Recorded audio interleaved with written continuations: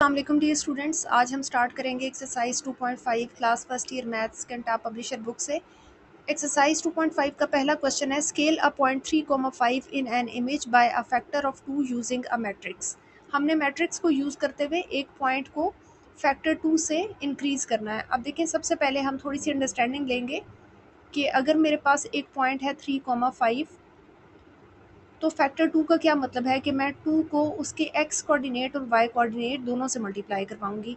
तो जो मेरा पॉइंट है उसका साइज़ इंक्रीज़ हो जाएगा, उसका एक्स कोऑर्डिनेट 6 हो जाएगा और उसका वाई कोऑर्डिनेट जो है वो 10 हो जाएगा। यानी मैंने अपने पॉइंट का साइज़ इंक्रीज़ कर दिया, एक्स एक्सिस के अलॉन्ग भी और वाई एक्सिस के अलॉन्ग भी उसका डिस्टेंस मैंने इंक्रीज़ कर दिया है। इसी तरह से अगर मेरे पास स्केल फैक्टर 1/2 होता, तो मैं उस 1/2 को पॉइंट के एक्स कोऑर्डिनेट से भी मल्टीप्लाई करवाती और वाई कोऑर्डिनेट से भी, तो मेरे पास वैल्यूज़ आ जाती 1.5 और 2.5। तो इस सूरत में मैंने अपने गिवन पॉइंट को रिड्यूस कर दिया। यानी हम स्केल फैक्टर को यूज़ करते हुए अपने पॉइंट के एक्स कोऑर्डिनेट और वाई कोऑर्डिनेट को इंक्रीज़ भी कर सकते हैं और रिड्यूस भी कर सकते हैं। लेकिन क्वेश्चन के अंदर क्योंकि हमने मैट्रिक्स को यूज़ करना है, तो सबसे पहले हम अपने गिवन पॉइंट को ले लेंगे एक कॉलम मैट्रिक्स में, दैट इज़ 3, 5। एक्स कोऑर्डिनेट को हमेशा कॉलम मैट्रिक्स में ऊपर लिखा जाता है, वाई कोऑर्डिनेट को नीचे लिखा जाता है। अब हमने इसको एक ऐसे मैट्रिक्स के साथ मल्टीप्लाई करवाना है जो इसका साइज़ इंक्रीज़ कर दे, यानी इसके एक्स कोऑर्डिनेट और इसके वाई कोऑर्डिनेट को 2 टाइम्स कर दे। तो सबसे पहले हम डिफाइन कर लेते हैं एक transformation matrix. Let the transformation matrix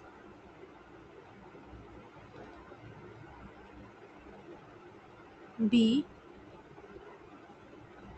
transformation matrix में आपने एंट्रीज रखनी है 2 0 0 2। अब इसकी क्या रीज़न है ये हम डिस्कस करेंगे। ट्रांसफॉर्मेशन मैट्रिक्स को हमेशा आप लोग लेफ्ट साइड पे रख के मल्टीप्लाई करवाएंगे, राइट पे आपने रख के मल्टीप्लिकेशन नहीं करवानी। और किससे मल्टीप्लिकेशन करवानी है? उस पॉइंट से मल्टीप्लिकेशन करवानी है जिसको आप ट्रांसफॉर्म करना चाह रहे हैं। अब अगर हम रो 1 पे गौर करें, तो इस रो 1 का मैंने पहली वैल्यू यहाँ पे 2 रखी है, क्योंकि जो रो 1 है वो एक्स कोऑर्डिनेट को, नए आने वाले एक्स कोऑर्डिनेट को कंट्रोल करेगी। तो 2 3 से मल्टीप्लाई होकर 6 हो जाएगा। इस 6 के अलावा हमें कोई चेंज नहीं चाहिए, तो मैंने सेकंड कोऑर्डिनेट को 0 कर दिया ताकि 0 5 से मल्टीप्लाई होकर 0 ही रहे और हमारा फाइनल आंसर 6 ही रहे। इसी तरह जो आपकी सेकंड रो है वो नए आने वाले वाई कोऑर्डिनेट को कंट्रोल करेगी, इसलिए मैंने यहाँ पे पहली वैल्यू 0 रख दी ताकि 0 3 से मल्टीप्लाई होके कोई भी इफेक्ट ना आए, आंसर 0 रहे, लेकिन 2 5 से मल्टीप्लाई होके यानी वाई कोऑर्डिनेट को 10 कर दे। तो हमारे पास ट्रांसफॉर्मेशन मैट्रिक्स 2002 है। अगर हमारे पास स्केल फैक्टर 3 होता तो ट्रांसफॉर्मेशन मैट्रिक्स 3003 बन जाता। अब आप इन मैट्रिसेस को मल्टीप्लाई करके देख लें। फर्स्ट एंट्री को मैंने फर्स्ट एंट्री के साथ मल्टीप्लाई किया, प्लस सेकंड एंट्री को सेकंड एंट्री के साथ। इसी तरह सेकंड रो पे आ जाए, 0 मल्टीप्लाई होगा 3 के साथ और 2 मल्टीप्लाई होगा 5 के साथ। नेक्स्ट हमारे पास 6 प्लस 0 आ जाएगा और यहाँ पे 0 प्लस 10 आ जाएगा। तो आंसर देखें, इस सूरत में भी हमारे पास 6 और 10 ही आया, जिसको अगर आप ऑर्डर पेयर में लिखते तो 6, 10 के स्टोर पे लिखते। तो इसका मतलब है कि इस क्वेश्चन के अंदर आपने जो ट्रांसफॉर्मेशन मैट्रिक्स यूज़ करना था वो 2002 था, जिसमें जो पहली रो है वो नए आने वाले एक्स कोऑर्डिनेट को कंट्रोल करेगी और जो दूसरी रो है वो नए आने वाले वाई कोऑर्डिनेट को कंट्रोल करेगी। और आपने ट्रांसफॉर्मेशन मैट्रिक्स को हमेशा लेफ्ट साइड पर रख के मल्टीप्लिकेशन करवानी है। हम स्टार्ट करके देखते हैं क्वेश्चन नंबर 2। क्वेश्चन नंबर 2 है, rotate a point 2, 2 in a graphic design by 90 degrees counter clockwise. हमने काउंटर क्लॉकवाइज रोटेशन करनी है एक ग्राफिक डिजाइन में। तो सबसे पहले रूल को अंडरस्टैंड करेंगे। रूल जो हम फॉलो करेंगे इस रोटेशन के लिए वो होगा एक्स वाई चेंज हो जाएगा -y, एक्स के साथ। अब इस बात का क्या मतलब है कि अगर हमारे पास कोऑर्डिनेट्स किसी पॉइंट के 1, 2 है तो हम negative sign as it is रखेंगे और ये जो y की वैल्यू फर्स्ट पॉइंट के अंदर गिवन है वो यहाँ पे नोट डाउन करेंगे और x की वैल्यू जो फर्स्ट पॉइंट के अंदर गिवन है वो यहाँ पे नोट डाउन करेंगे। अब मैं आपको पहला पॉइंट अगर प्लॉट करके दिखाऊं 1, 2, तो उसकी प्लॉटिंग मेरे पास हो रही है 1, 2 यहाँ पे। इसको अगर मैं ओरिजिन के साथ कनेक्ट कर दूं तो ये मेरे पास ओरिजिन से इसका डिस्टेंस बन रहा है। और इसी तरह से अगर आप सेकंड वाले पॉइंट को प्लॉट करके देखें जो कि -2, 1 है, तो -2, 1 की प्लॉटिंग हो रही है यहाँ पे और इसको भी अगर मैं ओरिजिन के साथ कनेक्ट करूं तो मेरे पास यहाँ पे इसकी ड्राइंग हो रही है। अब अगर दोनों पॉइंट्स के बीच में एंगल देखा जाए तो 90 डिग्री का एंगल है, और अगर आप रोटेशन देखें तो मेरे पास जो ओल्ड पॉइंट था यानी 1,2 वो यहाँ से एंटी क्लॉकवाइज रोटेट होके इस पोजीशन पे आ पहुंचा है, और ये इसकी नई पोजीशन है -2,1। तो इसका मतलब ये है कि हमने रूल को माइंड में रखना है जब भी हम काउंटर क्लॉकवाइज रोटेशन करेंगे। इसी तरह अब अगर गिवन पॉइंट को भी मैं आपको रोटेट करके दिखाऊं तो गिवन पॉइंट है मेरे पास 2,2, और इसको अगर हम रोटेट करें तो मेरे पास यहाँ एक नेगेटिव साइन आना चाहिए। y कोऑर्डिनेट जो कि 2 है वो यहाँ पे आ जाएगा, और ये जो x कोऑर्डिनेट है उसको मुझे y की पोजीशन पे लेके जाना चाहिए, तो मेरा फाइनल आंसर -2,2 आना चाहिए। ये सारी अंडरस्टैंडिंग लेने के बाद अब हमने इसका सोल्यूशन करके देखना है। हम इसको मैट्रिक्स फॉर्म में भी सॉल्व करके देखेंगे कि मैट्रिक्स को यूज करते हुए या किसी ट्रांसफॉर्मेशन मैट्रिक्स को यूज करते हुए क्या हमारा आंसर -2,2 आ रहा है। तो सबसे पहले हम अपना पॉइंट ले लेते हैं, दैट वाज 2,2, और इसको हम कॉलम मैट्रिक्स में लिख लेते हैं 2,2 के तौर पे। अब हम ट्रांसफॉर्मेशन मैट्रिक्स डिफाइन करेंगे। Let the transformation matrix B, transformation matrix क्या होगा? ट्रांसफॉर्मेशन मैट्रिक्स के पहले कॉलम में हम लिख रहे हैं 0 और 1, और सेकंड कॉलम में हम लिख रहे हैं -1 0। अब इस ट्रांसफॉर्मेशन मैट्रिक्स को हमने इस तरह से क्यों लिखा, और ये आपके ओरिजिनल पॉइंट के कोऑर्डिनेट्स कैसे चेंज करेगा, इसको हम सॉल्व करके देख लेते हैं। ट्रांसफॉर्मेशन मैट्रिक्स था 0 1 -1 0। ये आपने transformation matrix anti clockwise 90 degree rotation के लिए माइंड में रखना है। इसको एज यूजुअल मैं लेफ्ट पे रखूंगी, और मैंने पॉइंट को हमेशा राइट पे रख के मल्टीप्लीकेशन करवानी है। अब अगर आप यहाँ से देखें तो रो 1 की मल्टीप्लीकेशन होने जा रही है फर्स्ट कॉलम के साथ। तो रो 1 क्या करेगी, मैंने यहाँ पे पहली एंट्री को 0 रखा है, तो 0 2 के साथ मल्टीप्लाई होगा तो 0 आंसर आ जाएगा, और -1 को जब मैं 2 के साथ मल्टीप्लाई करूंगी तो आंसर -2 आ जाएगा, जो कि एज रिक्वायर्ड होगा, यानी जो पॉइंट मुझे -2 के तौर पे चाहिए था वो इसी फॉर्मेशन से आ रहा है। इसी तरह से अगर मैं मल्टीप्लिकेशन करूंगी सेकंड रो की, तो 1 2 के साथ मल्टीप्लाई होगा, और 0 2 के साथ मल्टीप्लाई होगा। 0 2 के साथ मल्टीप्लाई हो रहा है, और -1 2 के साथ मल्टीप्लाई हो रहा है। इसी तरह 1 2 के साथ मल्टीप्लाई हो रहा है, और 0 2 के साथ मल्टीप्लाई हो रहा है। अब देखें जो आपके पास आंसर्स हैं वो क्या आ रहे हैं, 0 -2 और यहाँ से 2 + 0, तो टोटल आंसर मेरे पास -2,2 ही आ रहा है, क्योंकि ये कॉलम वाइज लिखा हुआ है -2 अगर मैं इसको पॉइंट वाइज लिखूंगी तो ये -2,2 ही होगा। तो आपकी जो रो 1 थी उसने क्या किया, रो 1 कंट्रोल कर रही थी आपके एक्स कोऑर्डिनेट को, यानी नए आने वाले एक्स कोऑर्डिनेट को। तो देखें आपने रो 1 के अंदर पहली एंट्री 0 रखी, उसका फायदा क्या हुआ कि कैलकुलेशन से आपका न्यू वाला जो एक्स कोऑर्डिनेट है जिसको -2 आना चाहिए था वो -2 ही आया, और आपकी जो रो 2 थी वो न्यू वाई कोऑर्डिनेट को डील कर रही थी या उसमें चेंजेस ला रही थी। तो हमने इसका सेकंड वाली पोजीशन 0 रखी ताकि आपके पास जो चेंजेस आए उसमें पुराने एक्स की वैल्यू रिफ्लेक्ट हो सके। सो ये हमारे पास क्वेश्चन नंबर 2 का सोल्यूशन था। हम करके देखते हैं क्वेश्चन नंबर 3। क्वेश्चन नंबर 3 में है given seismic data 2 5 8 3 6 9 4 7 10 calculate the average reading of each sensor. हमें डिफरेंट सेंसर की रीडिंग दी गई है और हमें एवरेज रीडिंग फाइंड करनी है। तो इसका एक आसान तरीका ये हो सकता था कि मैं यहाँ पे जैसे सेंसर 1 ले लूँ और इसकी रीडिंग्स को मैं एड अप कर लूँ, और एवरेज निकालनी है तो मैं 3 से डिवाइड करूंगी, क्योंकि 3 ही एंट्रीज हैं मेरे पास। यहाँ से आंसर आ जाएगा 15/3, तो एवरेज रीडिंग मेरे पास आ जाएगी 5। दूसरे सेंसर में मेरे पास जो रीडिंग्स आ रही हैं वो है 3 6 और 9। तीनों को ऐड अप करें, 3 से डिवाइड करें क्योंकि एवरेज कैलकुलेट करनी है। 18/3 आ जाएगा एंड आंसर विल बी 6। इसी तरह थर्ड सेंसर की वैल्यूज ले लें 4 7 और 10, इसको डिवाइड करेंगे 3 से, तो आपके पास यहाँ से आंसर आ रहा है 21/3, दैट इज 7। तो एक तो एवरेजेस निकालने का ये तरीका है, लेकिन क्योंकि हम मैट्रिसेस में एवरेजेस निकालना सीख रहे हैं तो इसका मतलब है मुझे इसके लिए कोई मैट्रिक्स डिफाइन करना चाहिए। तो हम एक मैट्रिक्स डिफाइन करते हैं जिसकी एंट्रीज को मैं 1 1 1 ही ले रही हूँ, ताकि जब मैं इसको हर एक कॉलम के साथ मल्टीप्लाई करवाऊं तो किसी भी कॉलम की एंट्री चेंज ना हो। 2 5 8 3 6 9 4 7 10 एज इट इज आएगा, और फर्दर जब ये मल्टीप्लीकेशन हो जाएगी तो मैं उन वैल्यूज़ को 3 से डिवाइड भी करवाऊंगी क्योंकि मुझे एवरेज कैलकुलेट करनी थी। अब मैं 1/3 एज इट इज़ लिख रही हूँ और मल्टीप्लिकेशन स्टार्ट करते हैं। 1 को 2 से के साथ मल्टीप्लाई करवा लें, प्लस का साइन आ जाएगा। 1 को 5 के साथ मल्टीप्लाई करवा लें और फिर 1 को 8 के साथ मल्टीप्लाई करवा लें। अगेन इसी तरह हमने रो 1 को कॉलम 2 के साथ मल्टीप्लाई करवाना है, तो 1 3 के साथ मल्टीप्लाई हो जाएगा, 1 6 के साथ भी मल्टीप्लाई हो जाएगा और 1 9 के साथ भी मल्टीप्लाई हो जाएगा। इसी तरह से 1 4 के साथ भी मल्टीप्लाई हो जाएगा, 1 7 के साथ भी मल्टीप्लाई हो जाएगा और 1 10 के साथ भी मल्टीप्लाई हो जाएगा। तो हमारे पास जो नेक्स्ट एंट्रीज बनेंगी उसमें 1/3 एज इट इज आ जाएगा। यहाँ से वैल्यूज आ रही हैं 2 + 5 + 8। हमारे पास नेक्स्ट वैल्यूज आ रही हैं 3 + 6 + 9 और उससे नेक्स्ट वैल्यूज आ रही हैं 4 + 7 + 10। उसके बाद हमारे पास 1/3 एज इट इज आएगा। फर्स्ट 3 वैल्यूज का जो सम है हमारे पास 15 आ रहा है, नेक्स्ट हमारे पास सम 18 आ रहा है और नेक्स्ट हमारे पास सम 21 आ रहा है।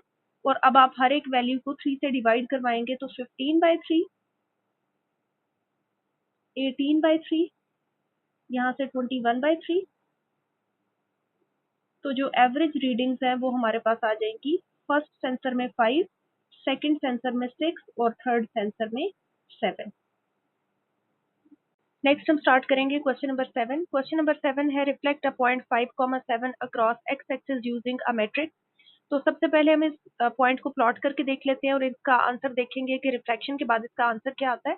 5,7 की अगर प्लॉटिंग की जाए तो एक्स एक्सिस पे 5 हमारे पास 4 और 6 के बीच में आएगा और इस पॉइंट को मैं रेज करूंगी 7 तक, तो 7 ऑलमोस्ट यहाँ पे एक पॉइंट होगा। तो मेरे पास यहाँ पे पॉइंट आ गया 5,7। अब मैंने इसका रिफ्लेक्शन देखना है अक्रॉस एक्स एक्सिस, यानी एक्स एक्सिस के उस तरफ इसका क्या रिफ्लेक्शन होगा। तो उसके लिए हम क्या रूल फॉलो करेंगे, जब आपने रिफ्लेक्शन अक्रॉस एक्स एक्सिस देखना हो तो आप रूल फॉलो करेंगे एक्स वाई चेंज हो जाएगा एक्स कॉमा माइनस वाई में। मीन्स हमारे पास जो पॉइंट गिवन था 5,7, अब वो रिफ्लेक्शन के तौर पे हमें नजर आएगा 5,-7 के तौर पे। 5,-7 को अगर प्लॉट करें तो 5 हमारे पास 4 और 6 के बीच में होगा और 7 यहाँ पे हमारे पास 6 और 8 के बीच में होगा। तो ये हमारे पास प्लॉटिंग आ रही है 5,-7 की। अब हम ये डिफाइन कर लेते हैं कि ये कैसे रिफ्लेक्शन है।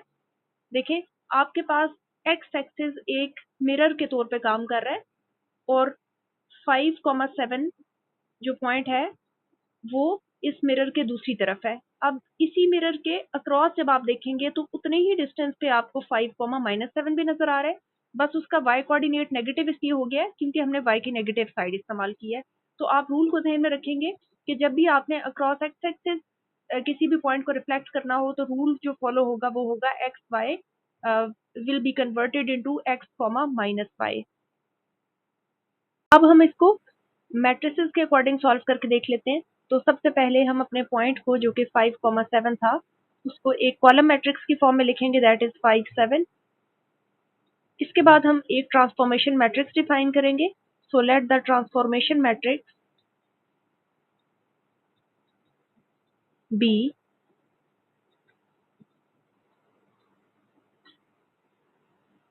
ट्रांसफॉर्मेशन मैट्रिक्स की एंट्रीज हमने किस तरह से प्लेस करनी है, ये एंट्रीज होंगी 1 0 0 -1 के तौर पे।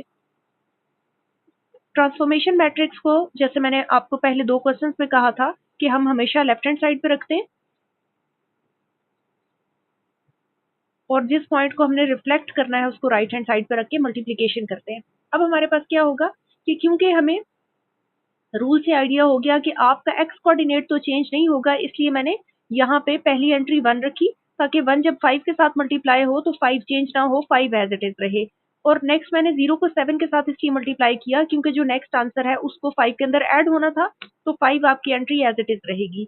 इसी तरह से जो मैंने सेकंड रो रखी है उसमें मैंने 0 को 5 के साथ मल्टीप्लाई करवाया क्योंकि अब आपको जो y कोऑर्डिनेट था उसमें चेंज लेके आना था, x कोऑर्डिनेट में चेंज नहीं लाना था। तो 0 5 से मल्टीप्लाई होके 0 रहेगा और -1 जो है वो 7 के साथ मल्टीप्लाई होके आपको -7 आंसर दे देगा। 1 को 5 से मल्टीप्लाई करवा दें और 0 को 7 के साथ, इसी तरह से 0 को 5 के साथ मल्टीप्लाई करवा दें और -1 को 7 के साथ। तो हमारे पास जो आंसर्स हैं अब वो आ जाएंगे 5 प्लस 0 और यहाँ से 0 माइनस 7। तो टोटल हमारे पास जो आंसर आ जाएगा वो 5 माइनस 7 के इक्वल होगा, जिसको अगर आप ऑर्डर पेयर पे लिखें तो 5 माइनस 7 ही है। हम सॉल्व करके देखते हैं क्वेश्चन नंबर 5। क्वेश्चन नंबर 5 है Naveed and Sharjeel enrol in a Pakistani university A and other university B, each with its own unique fee structure. They consider the number of credit hours they are taking and the cost per credit hour for the academic year 2022 and 2023, focusing on tuition expenses only। यहाँ पे ये हमारे पास given है data university A और university B का, और फिर नेक्स्ट में हमारे पास कॉस्ट पर क्रेडिट आवर भी गिवन है। Write a matrix A for the credit hours taken by each students and matrix B for the cost per credit hour. तो ए मैट्रिक्स हमने जो फॉर्म करना है वो क्रेडिट आवर्स का है। इसके अंदर हमारे पास आ जाएगा 6, 3, 9 एंड 12। और जो बी मैट्रिक्स हमने बनाना है वो कॉस्ट का बनाना है। तो जो हमारे पास कॉस्ट थी वो 35,000 थी और 42,000 की बनती। तो ये हमने दो मैट्रिसेस फॉर्म कर लिए पार्ट ए के लिए। पार्ट बी के लिए compute A B and interpret the result. हमने ए बी को कंप्यूट करना है, तो ए बी मैट्रिसेस का प्रोडक्ट लेके देखते हैं। ए मैट्रिक्स की एंट्रीज ले लें 6, 3, 9, 12 और इसको मल्टीप्लाई करवा दें 35,000 और 42,000 वाले कॉलम के साथ। प्रोडक्ट लेंगे तो हमारे पास यहाँ पे फर्स्ट एंट्री से मल्टीप्लाई होगी, सो 6 मल्टीप्लाई होगा 35,000 के साथ प्लस 9 मल्टीप्लाई होगा 42,000 के साथ। इसी तरह से 3 मल्टीप्लाई होगा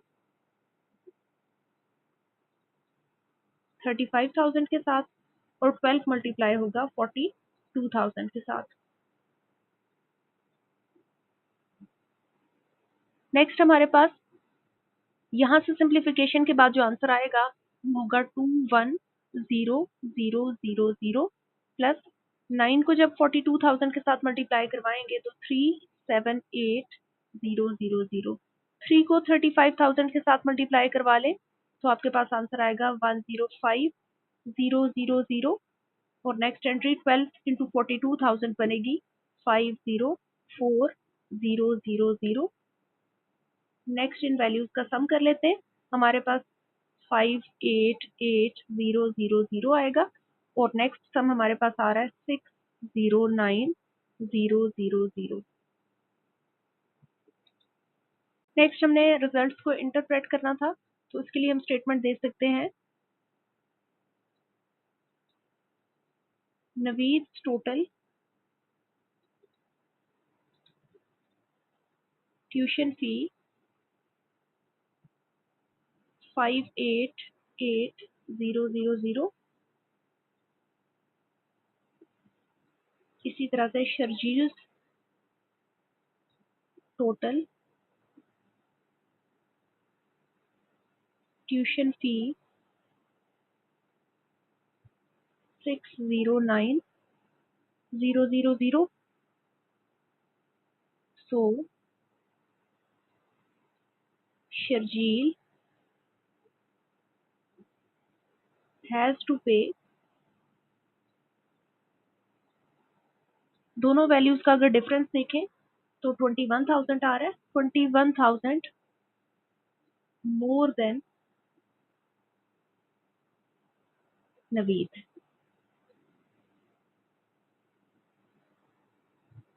नेक्स्ट है हमारे पास question number 6। There are 2 shops in your area. Your shopping list consist of 2 kg of tomatoes, 5 kg of meat and 3 liter of milk. Prices differ between the different shops and it is difficult to switch between the shops to make certain you are paying the least amount of money. A better strategy is to check where you pay less on average. The prices of the different items are given in the table. Which shop should you go to? हमने decide करना है कि कौन सी shop में हमें जाना चाहिए जहाँ पे ऑन एवरेज हमें कम प्राइस पे करनी पड़े। तो सबसे पहले एक मैट्रिक्स बना लेते हैं। इस मैट्रिक्स के अंदर पहली एंट्री 1636 की बना है, यानी हम शॉप ए की जो एंट्रीज हैं वो लिख रहे हैं यहाँ पे। नेक्स्ट मेरे पास 2550 है और नेक्स्ट मेरे पास 190 है।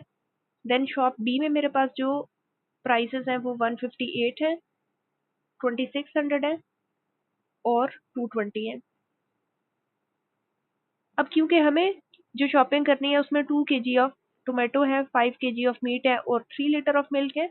तो मैं इन एंट्रीज को रो वाइज लिख रही हूँ ताकि उस रो की एंट्री को मैं कॉलम की एंट्री के साथ मल्टीप्लाई करवाऊँ, तो मुझे टोटल पता चले कि मैं अगर शॉप ए से शॉपिंग करूंगी तो मुझे कितनी प्राइस पे करनी पड़ेगी।